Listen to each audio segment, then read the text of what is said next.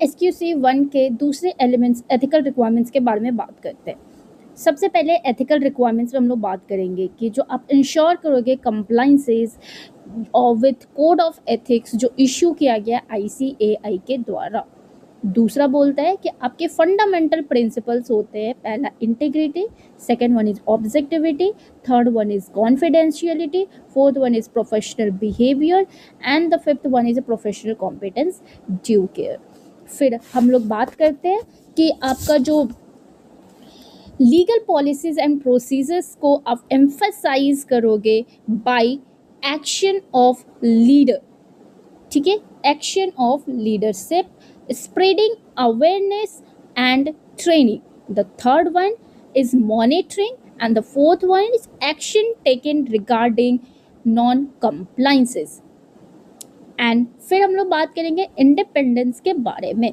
Independence कहने का मतलब होता है कि आप अपने ओपिनियन को एक्सप्रेस करोगे without being affected by any such influencers, जिसमें कि आप सबसे पहले कम्युनिकेट करोगे इंडिपेंडेंस के जो आपके रिक्वायरमेंट्स होते हैं उसके साथ। दूसरा कि आप आइडेंटिफाई करोगे सर्कमस्टांसेस जिसकी वजह से आपको थ्रेट्स होने के चांसेस है आपके इंडिपेंडेंस पे। द थर्ड वन इज कि आप कम्युनिकेट करोगे और एप्रोप्रिएट एक्शन लोगे ताकि आप रिड्यूस कर सको, एलिमिनेट कर सको उस थ्रेट्स को।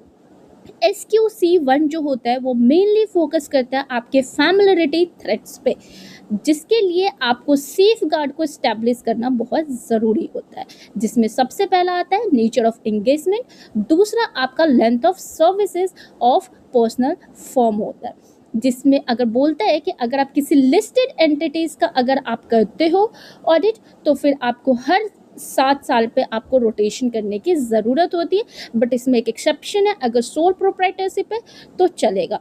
पीयर रिव्यू मैंडेटरी होता है करना हर फर्म को। अब आता है कि अगर रोटेशनल होगा तो फिर दूसरे ऑडिटर अगर आएंगे तो वो पहले ऑडिटर के किए गए ऑडिट वर्क को रिव्यू करेंगे। तो वो कैसे करेंगे?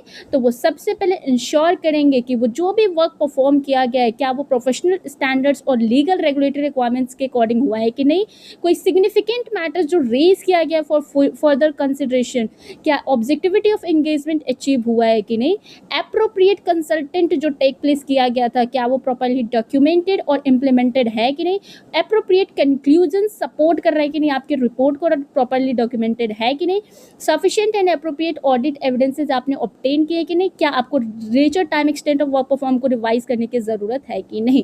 तो ये सारे चीज़ इसमें आते हैं।